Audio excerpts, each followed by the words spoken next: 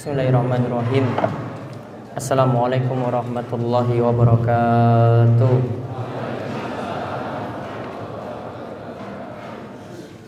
Innal hamdalillah nahmaduhu wa nasta'inuhu wa nastaghfiruh wa na'udzu billahi min shururi anfusina wa min sayyiati a'malina. May yahdihillahu fala mudhillalah wa may yudlilhu fala hadiyalah. Wa asyhadu an la ilaha illallah wahdahu la syarikalah wa asyhadu anna Muhammadan abduhu wa rasuluh. Allahumma shalli ala nabiyyina Muhammad wa ala alihi wa man tabi'ahum bi ihsan ila yaumiddin. Allahumma anfa'na bima 'allamtana wa 'allimna ma yanfa'una wa zidna ilma. Alhamdulillah, Bapak Ibu yang mungkin senantiasa diberkahi dan dirahmati oleh Allah Subhanahu wa taala. Kita bersyukur pada Allah di kesempatan pagi ini kita berada dalam majelis yang mulia. Mungkin majelis ini diberkahi oleh Allah Subhanahu wa taala. Mungkin kita senantiasa mendapatkan limpahan ilmu, limpahan rahmatnya, dan nantinya kesempatan pagi ini kita akan membahas persiapan menjelang Ramadan. Kami mengambil tema fikih puasa, namun secara khusus kami ambil dari pembahasan matan Abi Syuja, matan Al-Ghaya wa Taqrib, yang jadi pembahasan biasa menjadi pembahasan di negeri kita dari pembahasan fikih Syafi'i. Mungkin ada yang bertanya-tanya tentang kenapa kita mengambil pembahasan dari fikih Syafi'i. Perlu dipahami bahwasanya fikih Syafi'i berasal dari Imam Syafi'i, dan semua sudah mengetahui keilmuan dari Imam Syafi'i itu sendiri. Beliau Muhammad bin Idris Asy-Syafi'i memiliki pendapat-pendapat yang masyhur, pendapat-pendapat yang terkenal, dan asalnya pendapat beliau dibangun di atas dalil. Asalnya pendapat beliau dibangun di atas dalil. Dan awalnya saya ingin jelaskan terlebih dahulu, kitab ini Matan Abi Syuja, ini kitab yang ditulis oleh ulama yang memiliki umur panjang. Nama beliau Al-Qadi Abu Syuja. Umurnya 160 tahun. Umurnya 160 tahun. Walau sudah di atas 100 tahun, dia masih diberikan fisik yang kuat, masih diberikan kecerdasan, masih menjadi seorang qadhi, masih menjadi seorang hakim.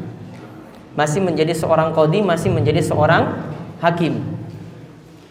Al-Qadi Abu Syuja, salah satu ceritanya, ketika usianya sudah 100 tahun, dia pernah melewati suatu tempat. Kemudian karena tempat tersebut harus dilewati dengan cara melompat, usianya yang sudah 100 tahun tadi akhirnya melompat dengan lompatan yang sangat jauh. Abu Syuja yang usianya sudah 100 tahun melompat dengan lompatan yang sangat jauh. Lantas orang-orang itu kemudian tanya kepada Abu Syuja, "Wahai Syekh, kenapa engkau bisa melompat dengan lompatan yang sangat jauh seperti itu?" Kemudian dia mengatakan bahwasanya dahulu di waktu mudaku, aku jaga anggota tubuhku ini, anggota badanku ini untuk terus taat kepada Allah. Maka akhirnya di waktu tua seperti ini Allah tetap menjaga anggota badanku tetap terus kuat. Para ulama membawakan kisah ini, diantaranya Imam Ibnu Rajab Al-Hambali dalam kitabnya Jami'ul Ulum wal Hikam, beliau katakan, inilah bukti hadis Nabi SAW, ihfazillaha yafazka. Hadis yang diriwayatkan dari sahabat Ibnu Abbas, diriwayatkan oleh Imam Tirmidzi, hadisnya hasan. Ihfazillaha yafazka. Jagalah Allah, niscaya Allah akan menjagamu. Jagalah Allah di waktu mudamu, maka Allah akan menjagamu di waktu tuamu. Maka itulah bukti ulama-ulama biasanya umurnya itu panjang, ya, karena mereka selalu menjaga anggota tubuhnya ini dalam ketaatan pada Allah. Akhirnya Allah menjaga mereka juga di waktu tuanya. Ini sedikit tentang Matan Abi Syuja. Penulisnya Al-Qadi Abu Syuja tadi. Bukunya biasanya dipakai di pesantren-pesantren tradisional. Ya, ini sengaja kami bahas. Tujuannya ada beberapa biar lebih mendekati masyarakat, ya, karena kita asalnya semuanya memiliki praktek amalan sesuai mazhab Syafi'i. Saya contohkan. Kita saat baca Al-Fatihah, bismillahnya dikeraskan atau tidak? Bismillahirrahmanirrahimnya dikeraskan atau tidak? Rata-rata imam masjid kita dikeraskan. Itu asalnya dari pendapat mazhab Syafi'i. Coba beralih ke Saudi Arabia. Coba lihat Syekh Sudais ketika jadi imam sholat. Apakah Syekh Sudais itu mengeraskan bacaan bismillah? Tidak mengeraskan. Ya, asalnya negeri kita ini pahamnya mazhab Syafi'i. Contoh lagi, dalam sholat 2 rakaat, sholat subuh misalnya, ketika kita duduk tahiyat akhir, duduknya iftiros apa tawarruk? Iftiros, kakinya tidak dikeluarkan. Tawarruk, kakinya dikeluarkan. Dikeluarkan atau tidak? Dikeluarkan. Berarti semuanya masih menganut mazhab Syafi'i. Kalau dia duduknya tidak dikeluarkan, itu ikut mazhab Hambali. Ya, itu ikut mazhab Hambali. Jadi kita sudah punya fikih dasar. Sejak kita itu dididik sejak kecil di buku-buku sekolah kita, kita menganut mazhab Syafi'i, tidak bisa dipungkiri. Bacaan zikir kita juga demikian, bacaan sholat kita juga demikian. Kita sebagian ada yang masih memakai Allahu Akbar, ada yang masih memakai wajhatu wajhiyya lillazi untuk bacaan doa iftitah. Ada yang masih memakai bacaan seperti itu, walaupun ada yang mungkin Allahumma ba'id baini wa baina khotoyaya dan seterusnya. Jadi Bapak Ibu-ibu tidak bisa dipungkiri masih punya pemahaman mazhab Syafi'i. Ya, jadi enak kalau kita bahas fikih Syafi'i, dan ulama-ulama besar kita lihat di sini semua dalam hidupnya pasti bermazhab. Ibnu Taimiyah, Ibnul Qayyim mazhabnya Hambali. Imam Nawawi yang kitabnya Riyadhus Shalihin, kitabnya Syarah Sahih Muslim, kitabnya punya kitab berbagai macam juga, ada Al-Azkar dan lainnya, mazhabnya asalnya adalah Syafi'i. Ulama besar kerajaan Saudi Arabia semuanya bermazhab Hambali. Makanya kalau melihat fatwa-fatwa mereka hampir sama dengan Imam Ahmad. Ya, jadi kalau melihat rujukan fatwa ulama Saudi, ya, itu mazhabnya mazhab Hambali. Maka mungkin agak sedikit crash, agak sedikit berbeda, agak sedikit bertolak belakang dengan yang dipraktekkan di tanah air. Contoh kalau ulama Saudi ditanya, kalau bismillah dikeraskan atau tidak saat baca Al-Fatihah, ulama Saudi katakan enggak.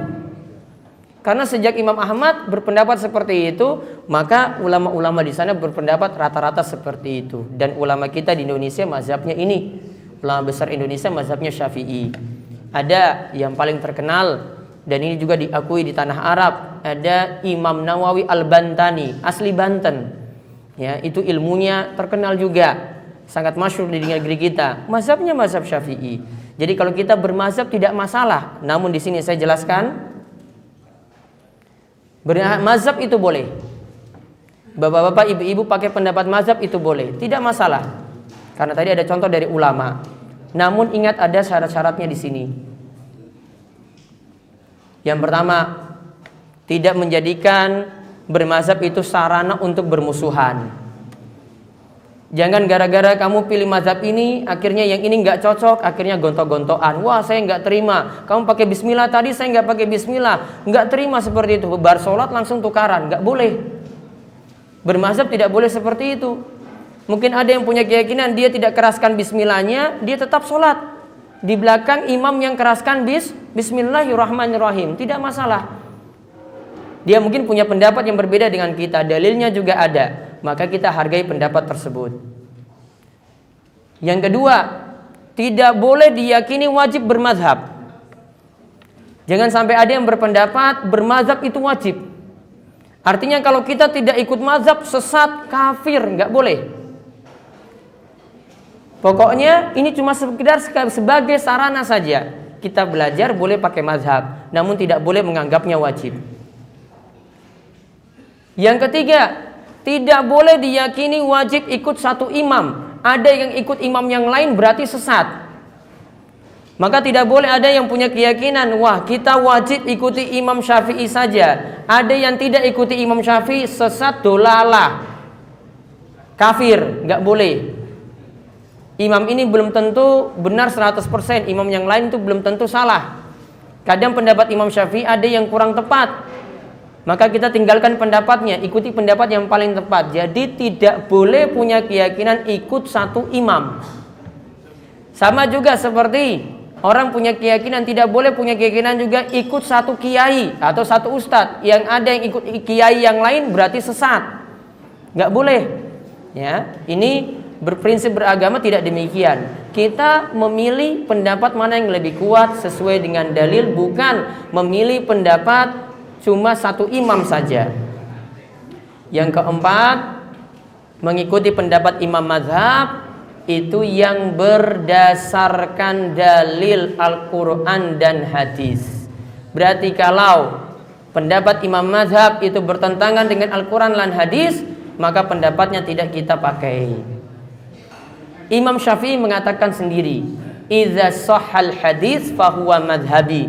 Jika pendapatku, yaitu pendapat Imam Syafi'i itu benar, artinya jika ada pendapat yang itu benar, dalil yang itu benar, maka itulah pendapatku. Berarti Imam Syafi'i selalu ingin mengikuti dalil, walaupun mungkin dalam beberapa pendapat beliau keliru.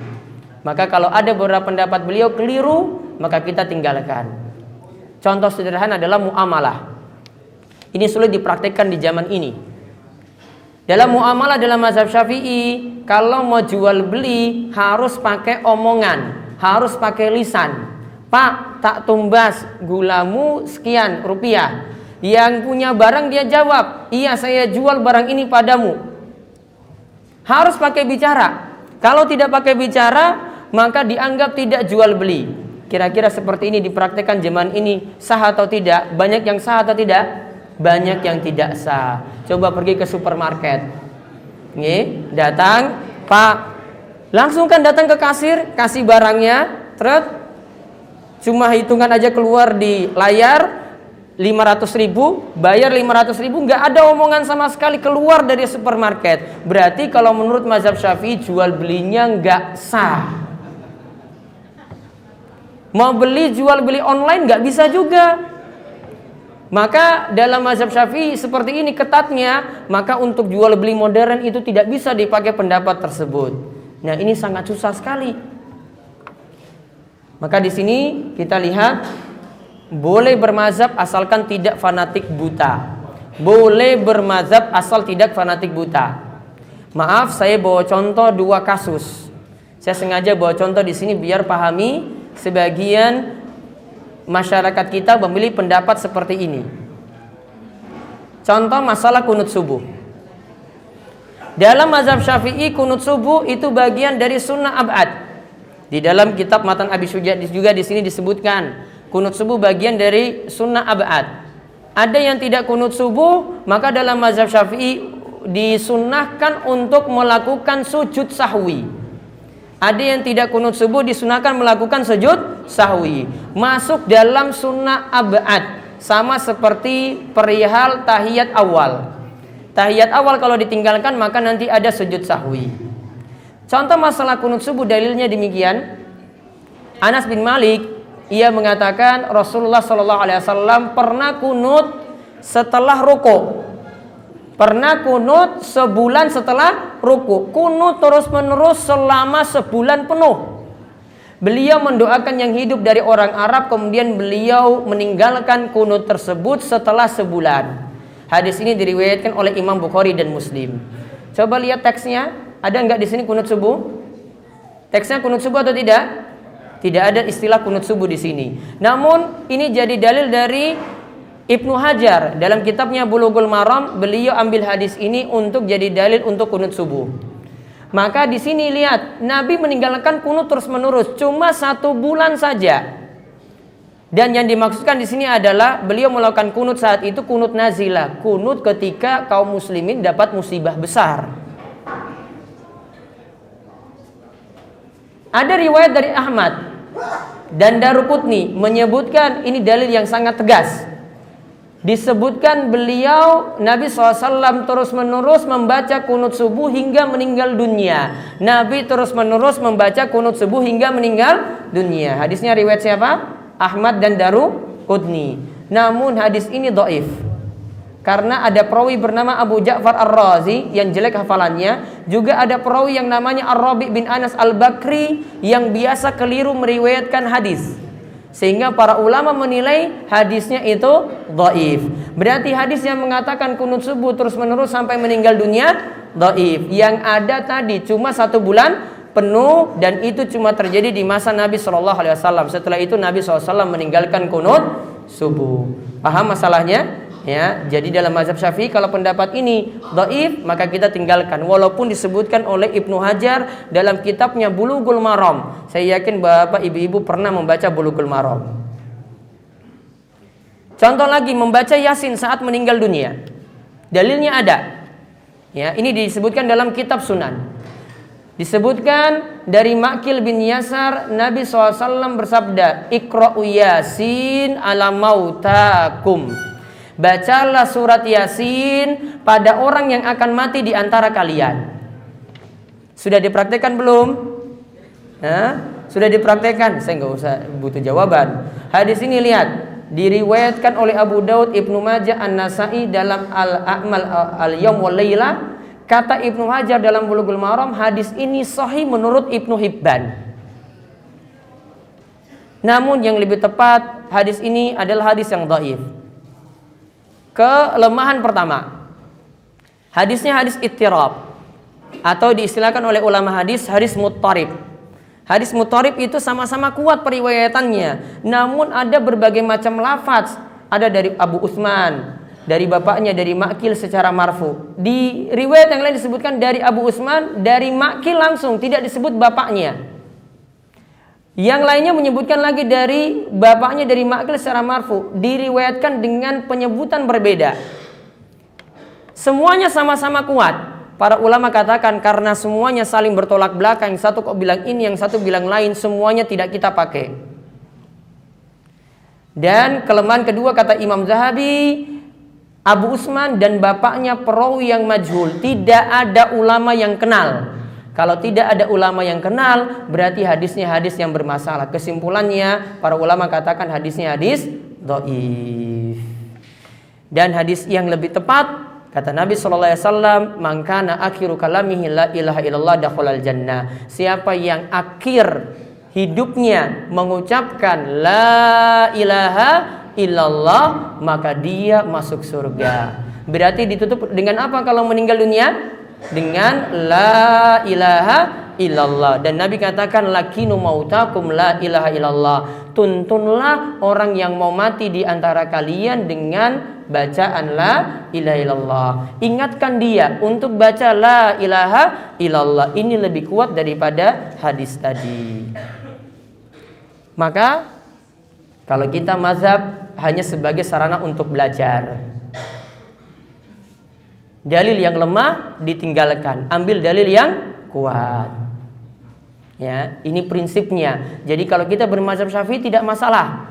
Namun kalau ada dalil yang lemah kita tinggalkan, pilih dalil yang lebih kuat. Dan beberapa pendapat ulama Syafi'i, murid-muridnya sendiri itu menyelisih Imam Syafi'i.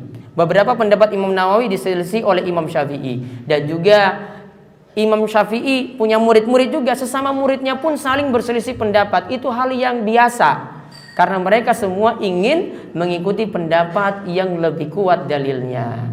Ini paham prinsipnya ya. Jadi bermazhab tidak masalah. Yang penting kalau ada dalil yang lemah, kita tinggalkan, kita ikuti pendapat atau dalil yang lebih kuat. Sekarang kita bahas tentang masalah puasa.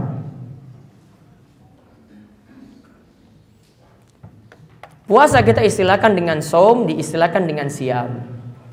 Puasa secara bahasa berarti al-imsak. Puasa secara bahasa berarti al-imsak.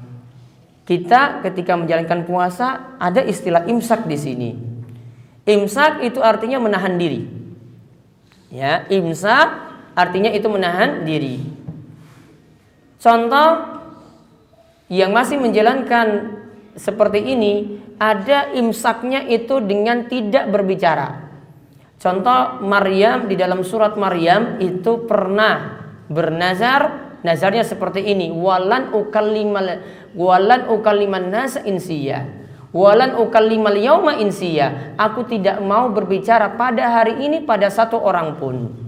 Kemudian di awalnya disebutkan inni nazartu lirrahmani sauma. Aku bernazar untuk berpuasa. Berpuasanya tidak berbicara. Ya, berarti yang namanya puasa itu menahan sesuatu. Ada yang kita tahan. Ini tidak boleh dilakukan, ini tidak boleh dilakukan, ini tidak boleh dilakukan. Itu namanya puasa. Sedangkan secara istilah puasa menurut ulama Syafi'i ini disebutkan dalam kitab Kifayatul Akhyar. Salah satu fikih rujukan juga, namun ini fikih advance. Artinya fikih yang lebih tinggi. Disebutkan yang namanya puasa adalah menahan hal tertentu. Jadi hal-hal tertentu saja yang ditahan. Tidak semua hal yang ditahan. Masih boleh berbicara. Masih boleh jalan-jalan. Masih boleh tidur. Ya, kalau dalam sholat tidak boleh tidur. Kalau tidur sholatnya jadi batal. Namun kalau dalam puasa masih boleh tidur, maka hal tertentu yang ditahan. Yang dilakukan oleh orang tertentu, orang-orangnya tertentu, tidak semuanya wajib puasa. Cuma orang tertentu saja yang wajib puasa. Dan waktu tertentu, waktunya ada. Cuma dari masuknya waktu subuh sampai tenggelamnya matahari. Dengan memenuhi syarat-syarat tertentu. Ada syarat-syarat tertentu yang mesti dilakukan. Jadi ini pengertiannya berbeda dengan tadi. Kalau tadi pengertiannya umum, kita tidak berbicara pun disebut puasa. Kalau ini cuma menahan hal-hal tertentu. Dalam ibadah-ibadah kita seperti itu. Kalau haji, umroh, ada beberapa hal yang kita tahan. Kalau umroh tidak boleh saat umroh untuk mencukur rambut, untuk memotong kuku, untuk berjima tidak boleh. Kalau dalam sholat tadi tidak boleh tidur, tidak boleh berbicara, itu ada yang dia tahan. Namun kalau puasa berbeda, makan, minum dan seterusnya. Nah kalau kita bilang tadi ada syarat-syarat, ini syarat wajibnya puasa. Yang pertama Islam, maka seluruh orang muslim wajib puasa. Yang kedua balik, dewasa. Yang sudah balik baru wajib puasa. Yang ketiga berakal. Berarti orang yang punya kesadaran yang wajib puasa, yang tidak punya kesadaran tidak wajib. Kemudian yang keempat, mampu menunaikan puasa, disebutkan syarat mampu. Balik di sini para ulama memberikan tanda-tanda balik kalau dewasa. Dewasa punya dua tanda kalau menurut mazhab Syafi'i. Yang pertama, keluar mani dengan mimpi basah. Ya, maka kalau ada anak yang sudah mimpi basah berarti sudah balik. Kalau pada perempuan keluar darah haid atau nifas. Nifas dibuktikan dengan dia itu bisa hamil. Maka kalau seperti itu sudah dikatakan balik. Apakah anak yang 7 tahun walaupun belum balik wajib puasa? Para ulama Syafi'i katakan tidak wajib puasa. Namun mereka sudah diajarkan untuk puasa sejak 7 tahun. 10 tahun baiknya lebih dikeraskan lagi walaupun belum balik. Jadi tetap diajarkan puasa sejak kecil. Di antara buktinya dahulu para sahabat, mereka sudah ajarkan anak-anak mereka. Para sahabat Nabi SAW mereka sudah ajarkan anak-anak mereka untuk berpuasa. Saat anak-anaknya diajar berpuasa, mereka biasanya kasih mainan. Ya, dahulu bukan mainan HP. Ya, dahulu mainan yang pokoknya mereka buat-buat. Anaknya nangis-nangis minta makan, dikasih mainan lagi, akhirnya main terus. Lapar lagi, dikasih mainan lagi, akhirnya sampai datang maghrib. Bisa menjalankan ibadah siam penuh, ibadah puasa penuh dengan dihibur seperti itu. Maka sejak dulu anak-anak sudah dididik puasa. Kemudian berakal. Berarti yang punya kesadaran, yang punya akal saja yang berpuasa. Orang gila tidak wajib puasa. Sekarang apakah orang yang pingsan puasanya jadi batal? Maka para ulama Syafi'i katakan dilihat pingsannya itu masih dapat hari puasa atau tidak.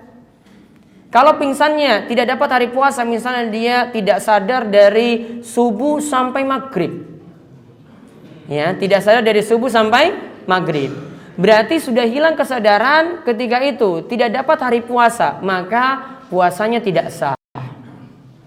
Namun para ulama Syafi'i tidak katakan ini tidak sama dengan orang yang tidur. Kalau orang yang tidur bersubuh tidur sampai maghrib, ulama Syafi'i masih katakan sah. Namun masalahnya di sini tentang sholatnya. Sholatnya kok tidak dia laksanakan? Nah itu masalahnya. Kemudian mampu menunaikan puasa. Mampu di sini ada dua sisi. Mampu secara fisik. Berarti yang mampu saja secara fisik yang puasa. Kalau yang sepuh tidak wajib puasa. Dia nanti punya ganti untuk menunaikan fidyah. Kemudian ada mampu secara syar'i. Artinya kalau pada wanita harus suci dari haid dan nifas baru menjalankan ibadah siyam atau ibadah puasa. Dan perlu dipahami kalau untuk syarat ini yang keempat dapat dipahami bahwasanya kalau wanita itu dalam keadaan haid mau masuk bulan puasa barulah nanti dia mandi. Jadi kalau tidak ada sebab apa-apa maka tidak ada kewajiban untuk keramasan atau untuk mandi besar sebelum Ramadan. Sebagian masyarakat kita masih punya keyakinan wajib mandi dulu padusan atau wajib keramas, wajib mandi besar sebelum nanti masuk bulan Ramadan. Kalau tidak ada sebab tidak dikatakan itu wajib. Ada sebabnya tadi, contohnya kalau suci dari haid atau nifas. Ada rukun puasa. Rukun puasa di sini dalam mazhab Syafi'i kenal ada 4. Yang pertama niat. Yang kedua menahan diri dari makan dan minum. Yang ketiga menahan diri dari hubungan intim. Yang keempat menahan diri dari muntah dengan sengaja. Ini harus ditahan ketika menjalani puasa. Terkhusus masalah niat. Niat dalam mazhab Syafi'i, niat itu harus memperhatikan 3 hal. Yang pertama, niat wajib ada di malam hari untuk puasa Ramadan. Kalau tidak niat di malam hari maka tidak bisa menjalani puasa. Yang kedua, niatnya harus ditegaskan. Saya mau niat puasa Ramadan. Jadi sudah ditegaskan dalam hati. Yang ketiga, niatnya harus berulang terus setiap malam. Maka ada istilah tabyid, ada istilah ta'yin, ada istilah tikrar. Niat dalam mazhab Syafi'i harus memperhatikan ini. Maka malam hari harus berniat sebelum subuh. Contoh ada yang tidak berniat di malam hari, dia dalam keadaan pingsan, tidak sadar dari waktu berbuka sampai waktu subuh. Sadarnya baru jam 6 pagi. Berarti tidak ada kesempatan berniat di malam hari. Kalau tidak ada kesempatan berniat di malam hari, berarti tidak bisa menjalankan ibadah puasa Ramadan. Namun kalau ibadah puasa sunnah boleh. Pagi-pagi pulang ke rumah nggak ada makan. Kemudian sudahlah saya puasa aja lanjut terus sampai maghrib, nggak masalah. Namun kalau puasa Ramadan harus berniat di malam hari. Namun niat ini kata ulama Syafi'i, saya nukil dari kitab Al-Iqna. Al-Iqna ini juga dalam kitab dalam mazhab Syafi'i, salah satu kitab rujukan utama. Disebutkan syarat niat, sesungguhnya setiap amalan tergantung pada niat. Namun letak niat di dalam hati. Niat tidak diucapkan di lisan. Niat tidak diucapkan di lisan. Bahkan tidak disyaratkan melafazkan niat. Tidak jadi syarat. Jadi kalau niat kita tidak lafazkan, puasanya masih tetap boleh dilakukan. Namun sebagian ulama Syafi'i belakangan, ini bukan Imam Syafi'i, ulama Syafi'i belakangan menganjurkan untuk memantapkan niat, maka niat butuh dilafazkan. Maka ulama Syafi'i belakangan beda dengan Imam Syafi'i. Kalau ulama Syafi'i belakangan baru menganjurkan, nanti kalau mau puasa, nawaitu shauma ghadin an ada'i fardhu syahri ramadhan hadhihi sanati lillahi ta'ala. Ulama Syafi'i belakangan, bukan Imam Syafi'i. Imam Syafi'i masih menganut seperti ini. Imam Syafi'i tidak menganjurkan melafazkan niat. Melafazkan niat bukan syarat. Jadi kalau ada yang tidak melafazkan langsung, saya langsung puasa besok, maka sudah dianggap berniat karena letak niat itu di dalam hati. Lalu pembatal puasa. Dalam mazhab Syafi'i anggap seperti ini pembatal puasa. Perhatikan atau pahami dulu apa-apa yang disebutkan di sini. Segala sesuatu yang masuk ke dalam jauf, rongga tubuh, maka itu jadi pembatal. Atau ada yang disuntikkan di kepala, maka ini jadi pembatal. Atau ada yang diinjeksikan di kemaluan atau di dubur, maka itu masuk pembatal. Maka menurut ulama Syafi'i yang jadi pembatal, pokoknya ada yang masuk lewat rongga tubuh. Telinga ini rongga, hidung juga rongga, mulut juga rongga, kemaluan ada rongganya, dubur itu ada rongganya. Pahami, ada sebagian masyarakat punya keyakinan berdasarkan pendapat ini. Saya belum kuatkan ya. Ini saya jelaskan dulu. Contoh, ada yang meyakini ketika puasa tidak boleh kentut di dalam air. Pernah dengar? Di warak saya pernah dengar. Ya. Tidak boleh kentut di dalam air. Kenapa kalau kentut dalam air? Kalau kentut dalam air, rongganya terbuka. Airnya masuk. Nah, puasanya jadi batal. Paham ini? Batal enggak? Nanti kita lihat. Namun keyakinannya dasarnya dari sini. Ya, dasarnya dari sini. Maka tidak boleh menurut dalam mazhab Syafi'i korek-korek kuping, ini enggak boleh. Saat puasa tidak boleh. Nanti di malam hari. Namun kalau pakai obat tetes mata masih boleh, karena mata ini bukan rongga. Beda dengan hidung. Masalahnya kenapa? Ulama Syafi'i khawatir kalau ada yang masuk di sini, maka nanti pengaruhi lambung. Tadi kalau kentut ketika di dalam air, nanti airnya masuk, akhirnya nanti pengaruh ke perut, pengaruh ke lambung, akhirnya bisa kenyang. Tertawa, iya memang kayak gini pendapat mazhab Syafi'i. Namun dalam pendapat yang lebih tepat, ini penelitian yang lebih tepat, al-jauf yang masuk di sini yang dimaksud adalah cuma lambung saja.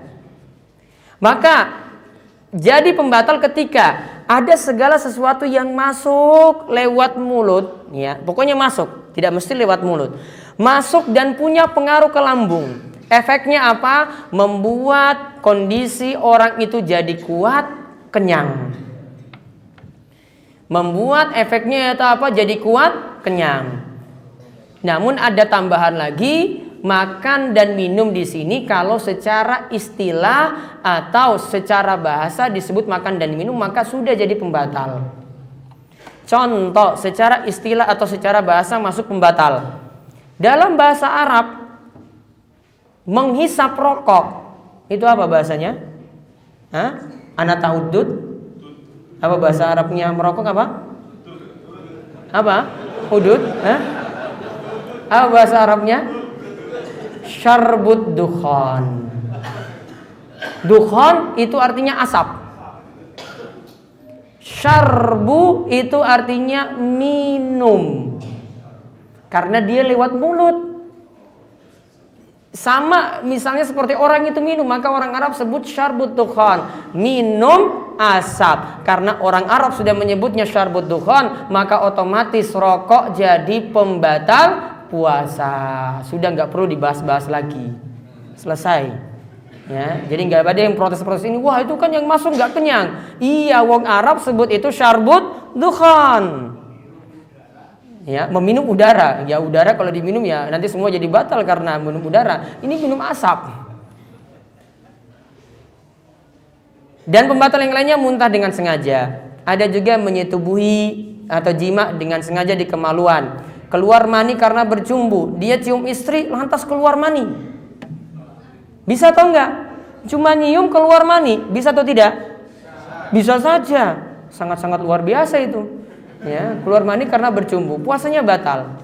Pokoknya asalkan keluar mani, puasanya batal, kecuali kalau di sini mimpi basah. Mimpi basah, keluar maninya tidak sengaja, tidak membatalkan puasa. Haid dan nifas jadi pembatal puasa. Jadi kalau ketika dapat jam 5 sore, dapati haid, maka langsung otomatis jadi pembatal puasa. Gila, jadi pembatal puasa juga. Langsung tiba-tiba di sore hari langsung jadi gila, maka puasanya jadi batal. Keluar dari Islam atau murtad juga jadi pembatal puasa. Ini yang disebut dalam mazhab Syafi'i.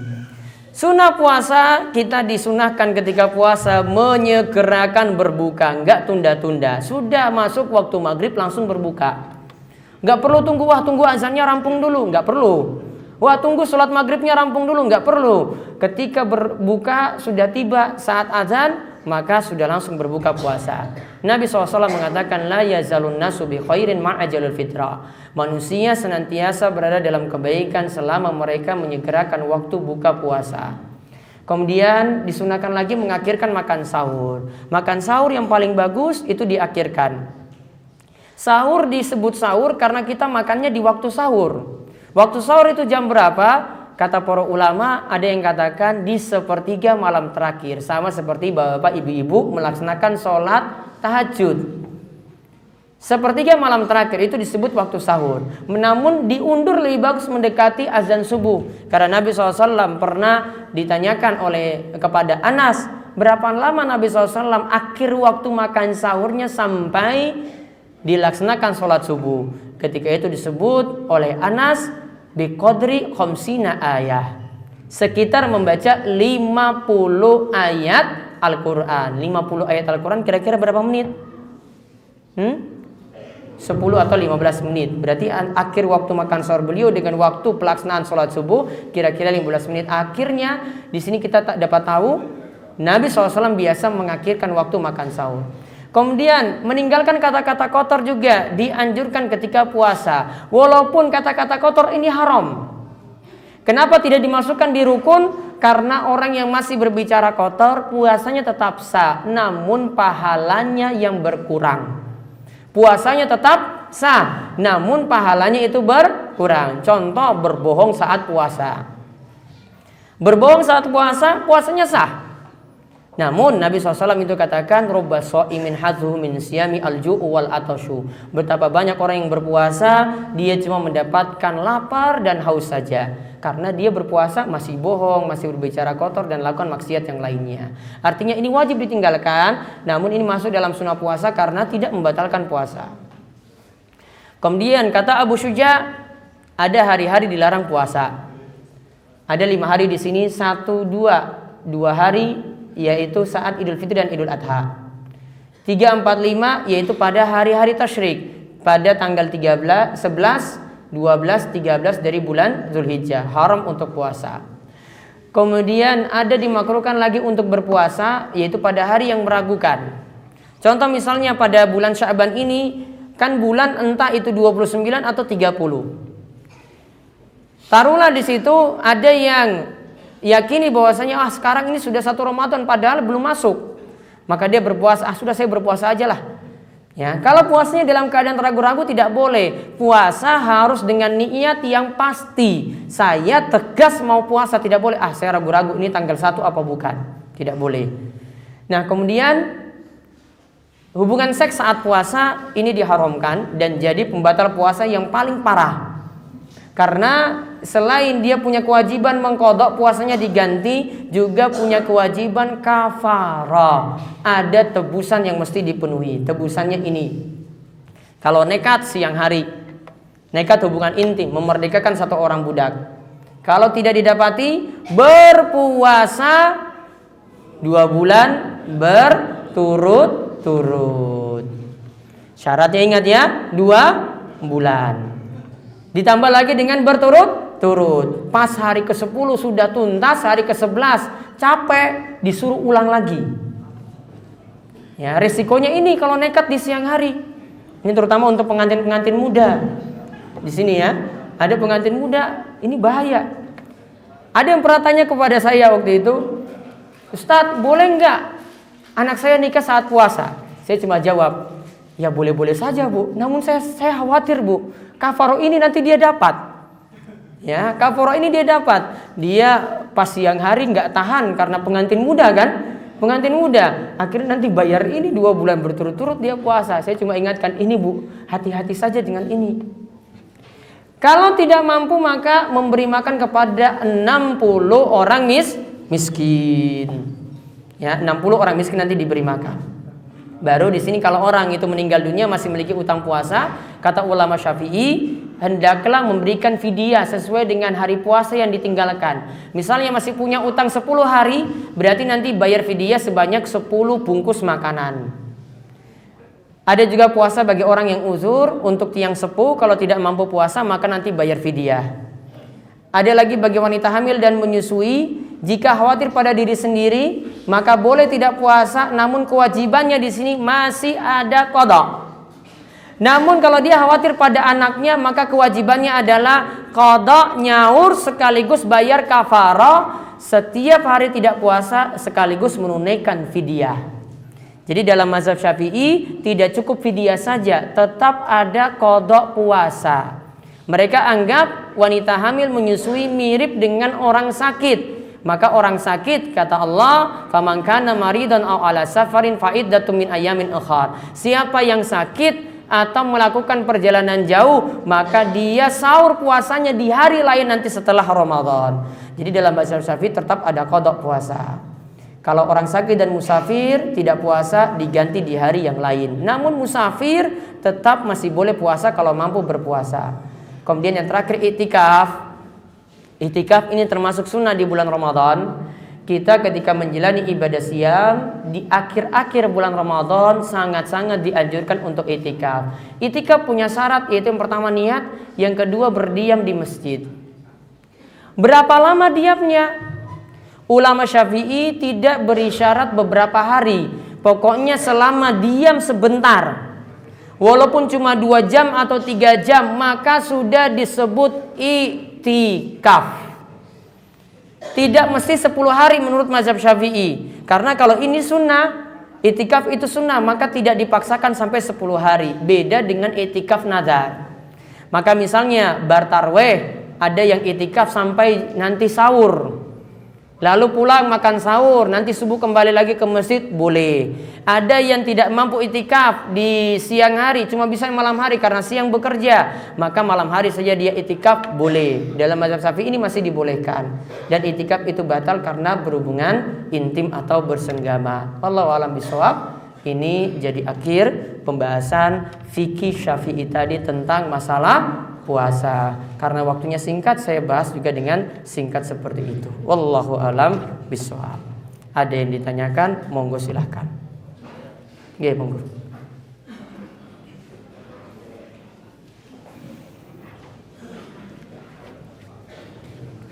Assalamualaikum warahmatullahi wabarakatuh. Waalaikumsalam warahmatullahi wabarakatuh. Pertanyaannya, ini atau surutan.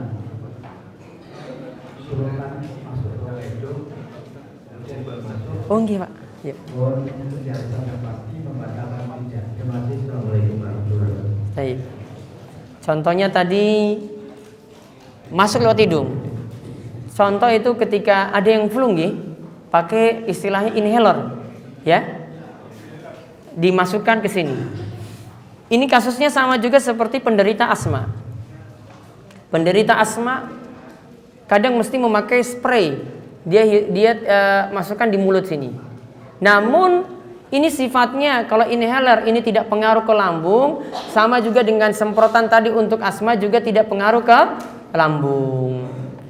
Maka kesimpulan yang tepat untuk hirupan tadi pakai inhaler tidak membatalkan puasa. Pakai spray untuk asma juga, penderita asma juga tidak membatalkan puasa. Saya punya pembahasan khusus tentang hal tadi. Intinya pahami dulu tentang pembatal puasa berupa makan dan minum. Makan dan minum jadi pembatal ketika yang masuk ini sifatnya menguatkan atau mengenyangkan. Kemudian sifatnya makan dan minum. Dan itu dalam istilah orang Arab tidak diistilahkan dengan makan dan minum. Wallahu a'lam. Masih boleh. Ada lagi? Ibu-ibu mungkin?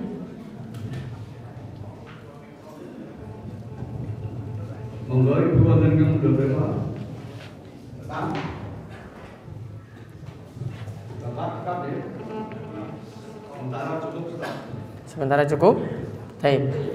Itu saja mungkin yang bisa kami sampaikan untuk kesempatan pagi hari ini, mungkin manfaat. Mudah-mudahan Allah Subhanahu wa taala menyampaikan kita pada bulan Ramadan, kita diberi kekuatan untuk menjalankan ibadah siam dengan sempurna, kita diberi kekuatan juga untuk membekali diri kita dengan ilmu, ibadah kita diterima oleh Allah, dan mudah-mudahan kita senantiasa diberi keistiqomahan dalam iman dan dalam Islam. Yang dikemauan kita cukupkan dan kami tutup dengan doa kafaratul majlis. Subhanakallahumma bihamdika asyhadu alla ilaha illa anta astaghfiruka wa atubu ilaik. Assalamualaikum warahmatullahi wabarakatuh.